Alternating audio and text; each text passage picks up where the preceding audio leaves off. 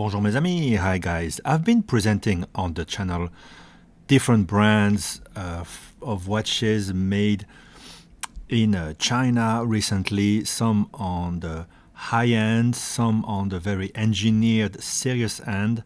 Where you cannot deny Chinese watchmaking any longer. I love this. I'm in love. And some of them may be more questionable, and obviously you always get the same comments. Can I trust this brand? I ordered one, I had an issue with it, I didn't know how it would be addressed, and things of that nature. So I wanted to talk a bit about the different things that I have seen and understood over the months, over the years about China. Now, the first thing we should acknowledge is that maybe China is producing now more watches than any other country in the world. Some of them not quite legal, a lot of them are copies, copycats, but at the same time, they are super high-end engineers and entrepreneurs with a vision. For example, Barron's, this is a collaboration with a very well-established famous watchmaker, Konstantin Chaikin of Russia. And this watch, I can attest to it, it is not a cheap watch. It's over 10,000 US dollars. It's extremely well made. The type of titanium here with the ice crystals in it is very not often seen, and the quality, the engineering of the module here above a Swiss movement is really top notch. And yeah, they've made a big impression at the last fairs in Switzerland. Everything is top quality, and Barron's is known to make a very clear line of watches. Their watches are well established already. The founder of the brand is a very clever engineer, and there's a lot more to come from them, including one of the lightest, if not the lightest, watch in the world. This is the exciting part of the watchmaking in China. Also, Lin Yonghua, one of the members of the AHCI, the Academy of Independent Watchmakers, is also working in his workshop on very high-end complications. So there's that side of China, and in the case of Barron's, the website is a quality website. Everything is very clear, although it could be clearer, and often the communication is the problem for those Chinese brands, and they would really all benefit from having Western style communication and someone speaking English properly to take care of all the marketing towards the West at least. And then there's those hundreds of sort of fashion brands that will reach out to all the YouTubers, me included, on a weekly basis to review watches. Sometimes I'm in it, sometimes I'm not. For example, a Siga Design, it's very good products. Their Blue Planet has been awarded at the GPHG, and they make good things. Some of them less interesting, but always a lot of tech into it. However, they do, like less interesting brands, they do rely on marketing companies to place those watches with YouTubers, to do the marketing, which sometimes is at the detriment of the brand. The idea behind many of those brands, and the very entry level brands in particular, is to make a product, run maybe a search on what is popular around the world, and make a product, hire a bunch of PR companies to try to generate some buzz, generate a lot of sales, and then there's not much continuity. And when you look at the website, everything is there's mistakes in the English, and they will sometimes downright make up connections to Switzerland that don't even exist if you dig a little deeper. And I don't know. I think they still feel the need to do that, while other brands are proudly made in Shenzhen, in the different parts of China, and that's the way it should be. But many brands that are just little startups, just putting together watches of low quality. That's not their aim to promote the quality of made in China. And I have something interesting here. I reviewed this tourbillon, a flying tourbillon, actually only held at the bottom, by a brand called Agelocer. And if you go on the website, there's basically this watch mainly, and a few other ones. And well, I didn't have much anything bad to say about this watch, and everyone who sees it, I mean, the format is perfect, 40, I think by less than 12 millimeters. The case is very reminiscent of a longer case. Winding is not the best, but it's fine. You get 2 barrels, a good power reserve, and really the satination of all those bridges is well done. And I see no issue with this watch. And the flying tourbillon, I mean, what do you want me to say? It's a tourbillon. It looks good. It does the job, and the accuracy is not even that bad. Amplitude is very strong. I mean, the tourbillon is meant to provide accuracy no matter how you place the watch. So I don't think the real objective of Louis Abraham Breguet is optimized here.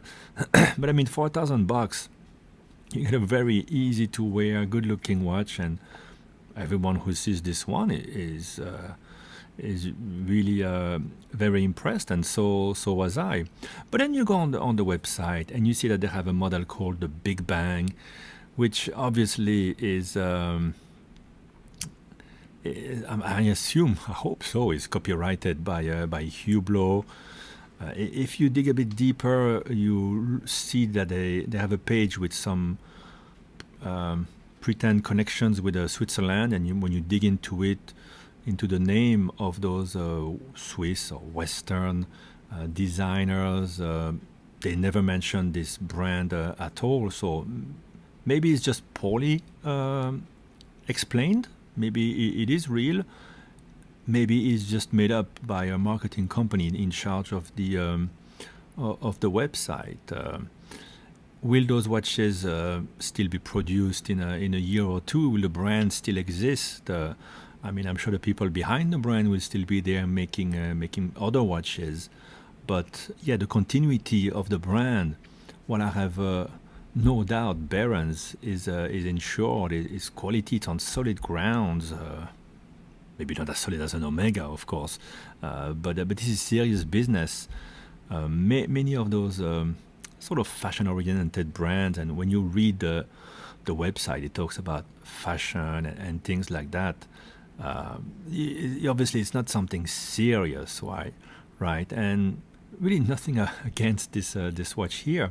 But again, I was approached by a PR company, not by the person who designed this. I don't know who designed this, where it was made. I suppose everything was made in China, despite the Swiss connection that's mentioned on the website. When Carlo from the California brand Dumoro reached out to me to review his Microbrand watch, well, I knew exactly who the CEO, the founder of the brand was, how it was made, and everything is very clear. And I know that he has planned for the futures, and you can reach out directly to him. But at Geloser, I don't know. Yeah, they make a tourbillon. If there's the problem with the tourbillon in a year, what do I do with it? Is there anybody over there that can take care of it? If I send it back to China, will it ever come back? So it's all the questions that you guys ask in the comments that I try to summarize here, and I sympathize with it. I think if you buy a tourbillon for $1,000, you kind of have to expect that it might work great, it might not, and it might end up in the trash like an iPhone of the same price um, within a couple of years, and maybe it will run for 50 years. I just the problem is that you just don't know, and the continuity of the brand, I repeat, is the main issue here. The PR, the websites. I've seen many brands like this. They send me a cool watch, but then there's just so many gaps, so many holes. So this video is a bit of a word of warning. I enjoy doing these videos. I really enjoy this watch. I've put it on my on a strap here from actually a French brand, Charlie in Paris, who also is a young brand, sort of a micro brand, but they do things very seriously, and the communication is directly with the brand, and reviewing their quality watch made in Switzerland was a real pleasure, and you have no doubt.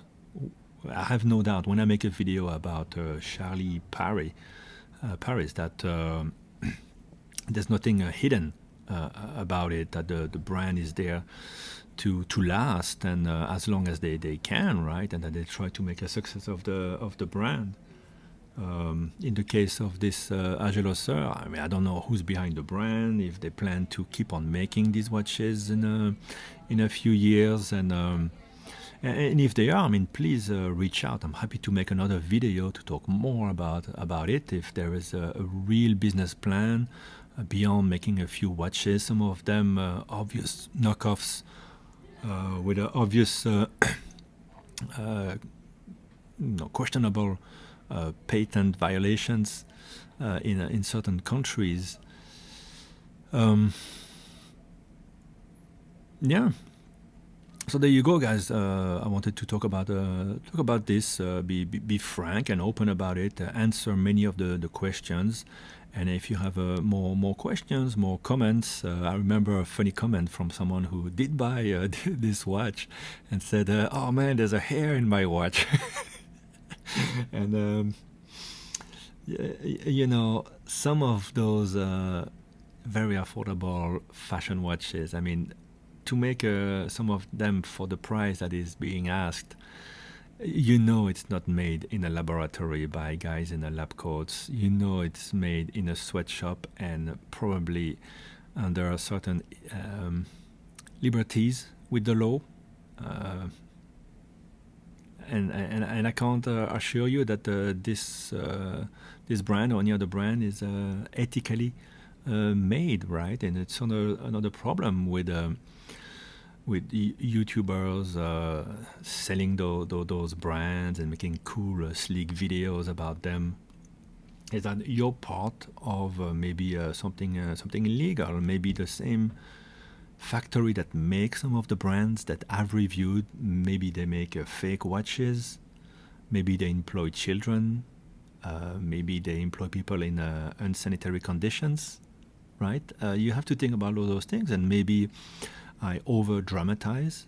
Maybe I'm wrong, maybe I'm right. You always hope to be wrong, but you would like to know, right? And the truth is, we don't know. You cannot know how a tourbillon can be made for $1,000, for example. And I repeat, I like this watch. When I wear it, everybody wants to know what the hell it is. Is it serious? And the reality is, I don't know. And as I said, you get what you pay for, right? If you pay $250,000 for a tourbillon, well, you probably know that Breguet will be there in 20 years to service your watch, right?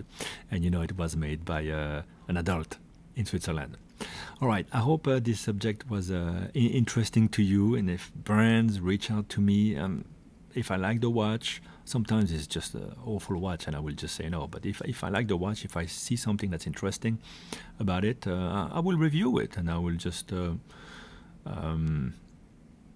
put the caveat that I don't know about the quality in the long run, the continuity of the brand, and if everything is tip-top legal.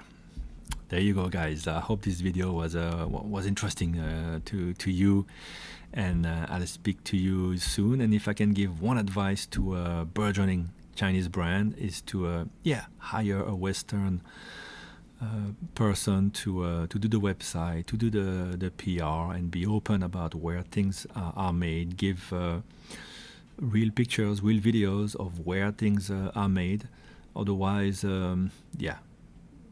everything I said right will stay in the minds of the people who buy the watches. Bye bye, guys.